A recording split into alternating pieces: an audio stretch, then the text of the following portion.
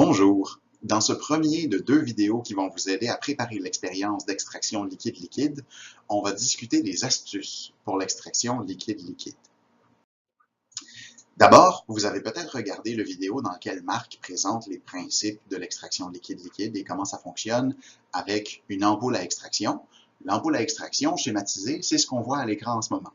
Donc quand on fait une extraction, on va avoir une phase supérieure et une phase inférieure. Souvent, on a une phase aqueuse et une phase organique. Dans l'expérience d'extraction liquide-liquide que vous allez réaliser, on va faire ça dans des petites fioles plutôt que dans une ampoule à extraction. Et dans le fond, selon les masses volumiques relatives de la phase aqueuse et du solvant organique que vous allez choisir, il y a 2 cas qui sont possibles.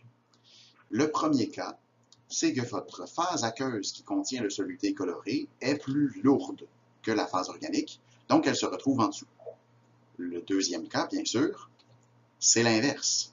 Votre phase aqueuse colorée, qui contient le soluté à extraire, est plus légère que le solvant organique et elle se retrouve en haut.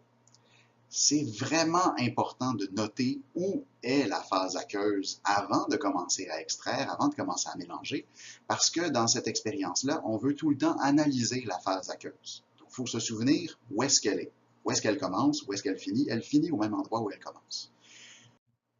Alors, dans le premier cas, vous avez votre phase aqueuse en bas, avant l'extraction, votre solvant organique en haut.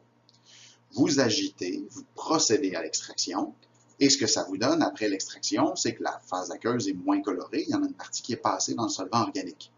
Mais la phase aqueuse est toujours en bas.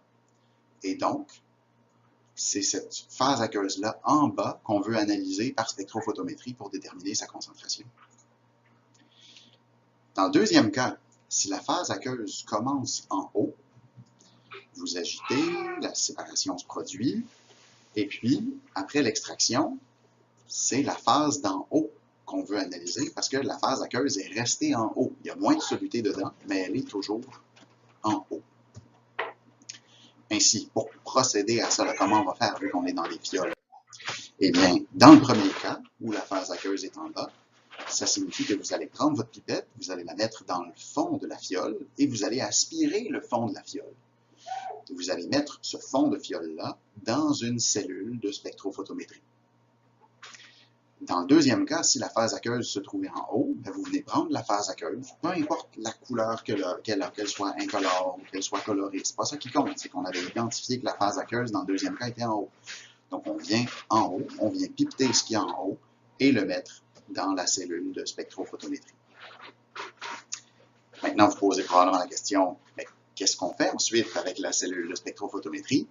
Eh bien, c'est l'objet du prochain vidéo d'introduction à l'extraction liquide-liquide dans lequel je vais vous parler des principes et de l'utilisation du spectrophotomètre.